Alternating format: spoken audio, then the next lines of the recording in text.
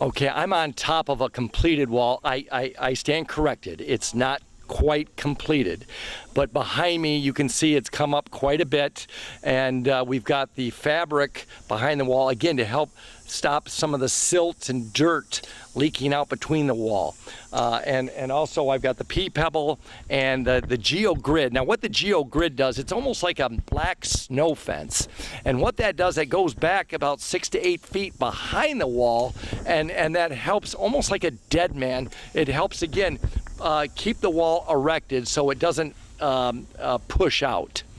And then I guess really the next step is we have a lot of drain pipes that have to go in, some speaker wires, some television lines. We've got a lot of things going on underneath this terrace, so it's really important to really build everything and design it from the base up. Thanks again. Okay, here I am at the foundation as we talked about, and this is the critical point of this installation, and we probably have anywhere from 8 to 12 inches of gravel underneath our slag base, and again, once that's all tamped and screeded, then we have to lay these blocks down. But again, most important part, because in a few years we don't want this to start settling and moving and shifting. And then we'll go behind the wall and see what we're doing behind there.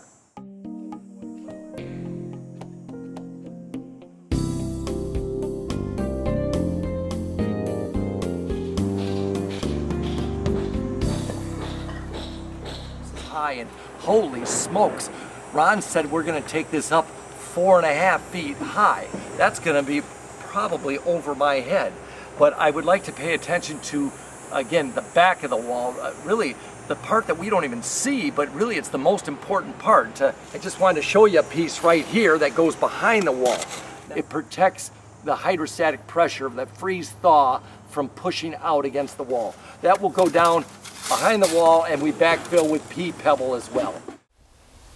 Okay, hello there. I just wanted to show you some construction detail behind our retaining wall here.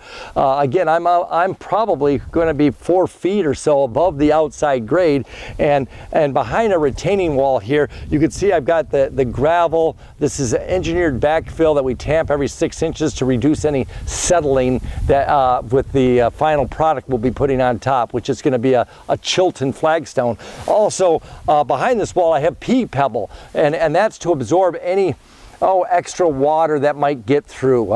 It helps reduce any hydrostatic pressure. You've heard that name mentioned before and before. I can't overemphasize, this is why retaining walls fail, because of the freeze-thaw, the pushing. I mean, this is one reason why the Michigan roads are so lovely in the wintertime, if you know what I mean.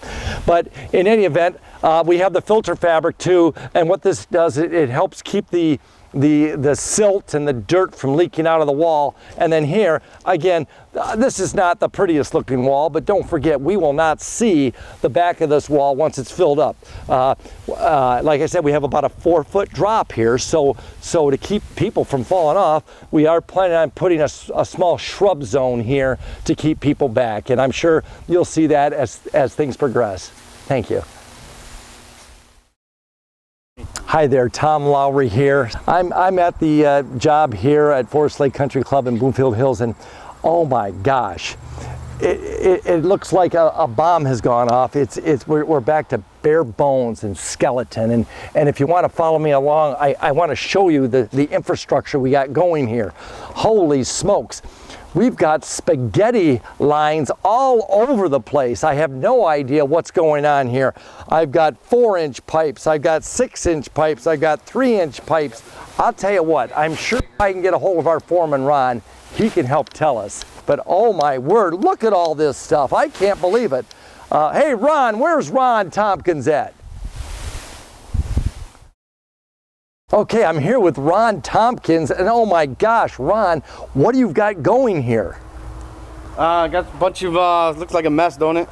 Basically what it is, we got some downspouts that's going to collect all the water.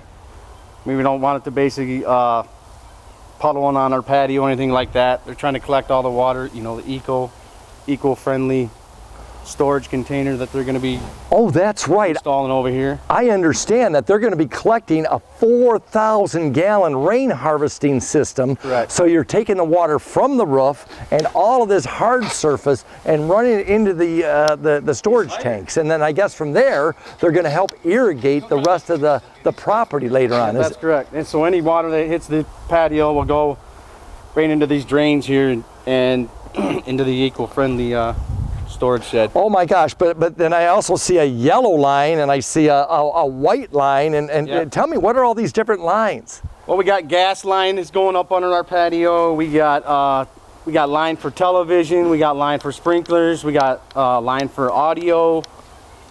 I mean, Well, I'll be we darned. got it out here. We got the pool lines. Oh my gosh. Well, it's very important that they're set at the proper pitch, I'm sure, and making Right. sure that later on, after the brick surface is all put together, that they can slide their wires right through. So that's great. That probably takes a lot of planning and engineering to make sure it's done right. And it's probably good that just one person was kind of in charge of the whole thing. Because could you imagine trying to work with all the different trades on this? Yeah, what happens like that when you get too many people in here is you can see these lines down here. That pretty much represents the top of our brick. So you got to be a certain distance with your pipe below that, so that way when you're laying your brick, you know, you got a nice little base.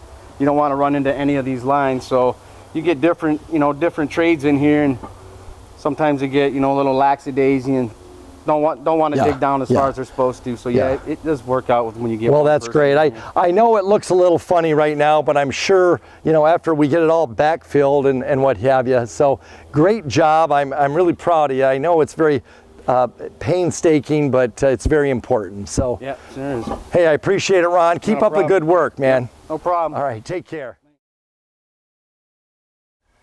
Hello again. You're probably wondering what these vertical extensions are, because I certainly was, but thank God I got to talk to Ron, and what he said, these were where the inlets will be for the drains.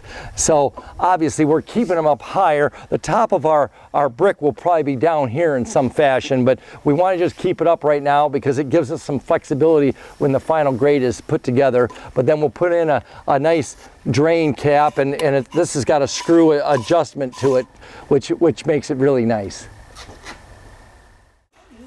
Okay, so here I wanted to point out these vertical pieces. Oh my gosh, Jim Tanner from Tanner Construction is the one that engineered these. These are actually like a galvanized post in order to support the pergola we have going. It's engineered quite extensively because of the weight that's going to be given, and we're contemplating on having actually a swing hanging underneath. So we will eventually have a shade in through here, and this will be the bar. You got to have a bar, and this is where we'll be serving drinks and entertaining. So I'm really looking forward to that one.